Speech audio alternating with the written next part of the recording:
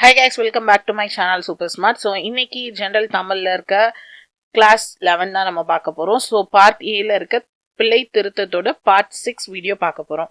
So already பிழை திருத்தம் பத்தி நம்ம 5 பார்ட் வீடியோ வந்து பார்த்துருக்கோம். நீங்க அதை பார்க்கலன்னா மேல ஐ பட்டன் செக் பண்ணுங்க, அதுல உங்களுக்கு லிங்க் இருக்கு.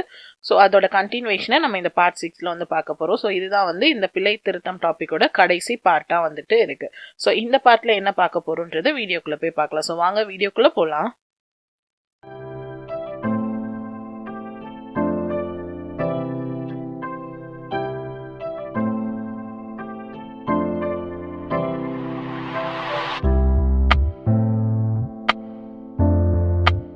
ஸோ நம்ம வந்துட்டு பார்ட் 1ல வந்துட்டு சந்திப்பிழைனா என்ன அப்படின்னு சொல்லி பார்த்தோம். அதில் பார்ட் 1ல எங்கெங்க இடத்துலலாம் சந்திப்பிழை வரும்னு சொல்லி பார்த்தோம். அண்ட் அதுக்கப்புறம் வந்துட்டு பார்ட் 2ல வந்துட்டு சந்திப்பிழை எங்கெங்கெல்லாம் வராது அப்படின்னு சொல்லிட்டு பார்த்தோம். அடுத்து பார்ட் 3 வீடியோவில் ஒருமை பன்மை பிழைகள்னா என்ன, அதை எப்படி திருத்தி எழுதணும்னு சொல்லி பார்த்தோம். அடுத்து பார்ட் 4ல வந்துட்டு மரபு பிழைகளை வந்து எப்படி வந்து நீக்கணும் அப்படின்னு சொல்லி பார்த்தோம். அண்ட் பார்ட் 5ல வந்துட்டு நம்ம வலுவு சொற்களை எப்படி நீக்கணும், ஸோ வலுவு பிழைகளை வந்து எப்படி நீக்கணும் அப்படின்னு சொல்லி பார்த்தோம். ஸோ இப்போ பார்ட் 6ல வந்துட்டு பிறமொழி சொற்களை வந்துட்டு எப்படி நீக்கணும் அப்படின்னு சொல்லிட்டு நம்ம பார்க்க போறோம். ஸோ பிறமொழி சொற்கள் அப்படின்னா என்னன்னு பார்த்தீங்கன்னா, நம்ம பேசும்போது என்ன பண்றோம் ஆக்சுவலா, அப்புறம் வந்துட்டு பேசிக்கலி இந்த மாதிரி நம்ம என்ன பண்றோம், இங்கிலீஷ் வார்த்தையும் சேர்த்து தான் நம்ம என்ன பண்றோம் பேசுறோம். ஸோ இந்த மாதிரி பிறமொழி தமிழை தவிர்த்து இருக்கிற மற்ற மொழி வார்த்தைகளை வந்து நம்ம சேர்த்து பேசுறோம்ல, அதுதான் பிறமொழி சொற்கள் அப்படின்னு சொல்லுவோம். ஸோ இப்போ வடமொழி, முண்டா மொழி, மராத்தி, தெலுங்கு, கன்னடம், ஹிந்தி, உருது இந்த மாதிரி எல்லாமே வந்து எதுன்னு பார்த்தீங்கன்னா பிறமொழி தான். தமிழை தவிர்த்து இருக்கிற எல்லா சொற்களுமே பிறமொழி சொற்கள் தான். ஸோ அந்த மாதிரி பிறமொழி சொற்கள் இருந்துச்சுன்னா அந்த சொற்களை நீக்கிட்டு நம்ம தமிழ் சொற்களை போட்டு எழுதுறது தான் வந்துட்டு இந்த பிறமொழி சொற்களை நீக்குதல். ஸோ எக்ஸாம்பிள் பார்த்தீங்கன்னா மெடிக்கல் ஷாப் போனேன் அப்படின்னு இருக்கு. ஸோ இதில் வந்துட்டு போனேன் அப்படின்னு முடிக்கிறதெல்லாம் வந்து தமிழ் சொற்கள் தான். ஆனால் மெடிக்கல் ஷாப் அப்படின்றது வந்துட்டு ஆங்கில வார்த்தை, ஸோ இங்கிலீஷ் வேர்டு.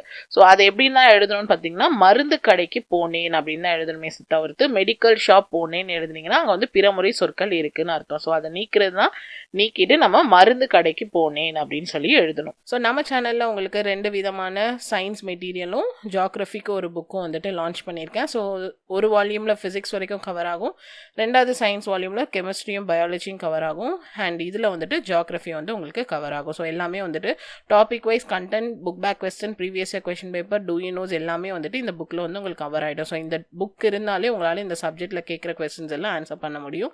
ஸோ அதுக்கான டீட்டெயில்ஸ் எல்லாமே வந்துட்டு உங்களுக்கு நான் வந்து வெப்சைட்டில் கொடுத்துருக்கேன். நம்ம வெப்சைட்லேயும் நீங்கள் பர்ச்சேஸ் பண்ணலாம், அமேசான்லேயும் பர்ச்சேஸ் பண்ணிக்கலாம்.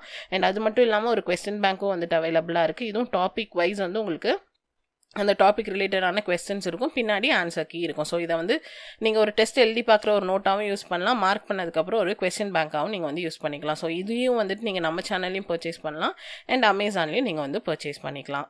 ஸோ இந்த மாதிரி நிறையா வார்த்தைகள் இருக்கு. ஸோ எல்லாத்தையுமே வந்து கலெக்ட் பண்ணி கொடுக்க முடியாது. நம்ம அன்றாட மொழியில நம்ம அன்றாட பேசுறதுலேயே நிறைய வார்த்தைகள் வந்து பேசுகிறோம். சில இது நம்மளால் ஐடென்டிஃபை வந்து பண்ண முடியும், சில வார்த்தைகளை வந்து நம்மளால் ஐடென்டிஃபை வந்து பண்ண முடியாது. ஸோ நான் இங்கே வந்து உங்களுக்கு சம் வேர்ட்ஸ் வந்து கொடுத்துருக்கேன். ஓரளவுக்கு உங்களால் வந்துட்டு தெரியாத வார்த்தைகள்லாம் வந்து கொடுத்துருக்கேன். அதில் வந்துட்டு சில வார்த்தைகளை மட்டும் இந்த வீடியோவில் பார்க்கலாம்.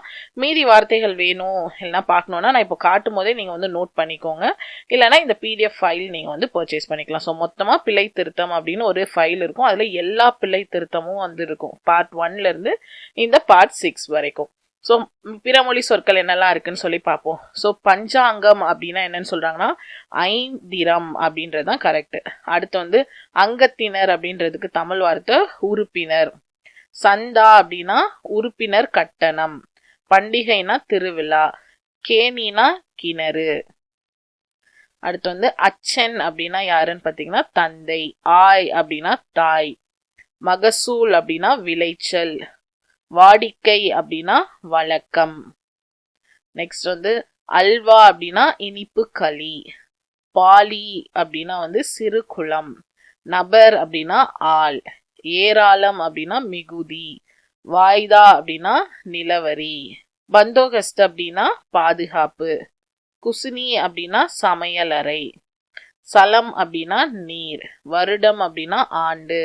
பட்சி அப்படின்னா பறவை, சங்கதி அப்படின்னா செய்தி, விவாகம் அப்படின்றதுக்கு தமிழ் வார்த்தை திருமணம், பட்டாளம் அப்படின்றதுக்கு படைப்பிரிவு, ஜன்னல் அப்படின்றதுக்கு காலதர். அடுத்து உத்தரவு அப்படின்னா கட்டளை, உபயோகம் அப்படின்னா பயன், அதிபர் நாயகர் அப்படின்னா தலைவர், உற்சாகம் அப்படின்னா ஊக்கம், அந்நியர் அப்படின்னா அயலார், கவனம் அப்படின்னா கருத்து, ஜாதகம் அப்படின்னா பிறப்பியல். ஸோ இதுலயே பாத்தீங்கன்னா நிறைய வார்த்தை நம்ம பிறமொழி சொற்கள் தான் யூஸ் பண்ணிட்டு இருக்கோம்.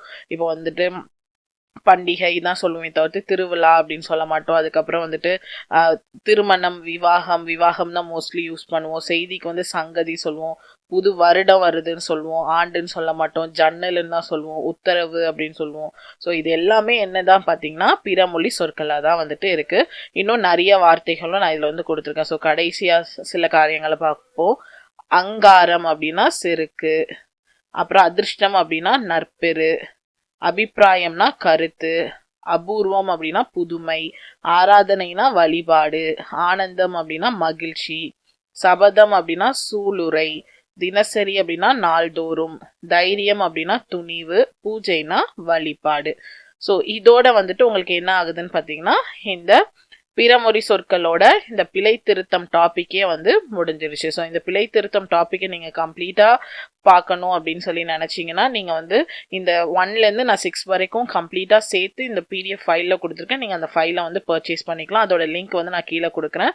அப்படி அதை நீங்கள் பண்ணாட்டியும் பரவாயில்ல, இந்த வீடியோவில் இருக்கிற வேர்ட்ஸ் எல்லாமே நீங்கள் நோட் பண்ணி இல்லைன்னா வீடியோ அப்படியே பார்த்து கூட நீங்கள் என்ன பண்ணிக்கலாம்னு பார்த்தீங்கன்னா படிச்சுக்கலாம். ஸோ இதோட உங்களுக்கு பிழை திருத்தம் டாபிக் முடியுது. ஸோ அதுக்கு அடுத்து இருக்கிற டாப்பிக்கை நம்ம நெக்ஸ்ட் வீடியோவில் பார்ப்போம்.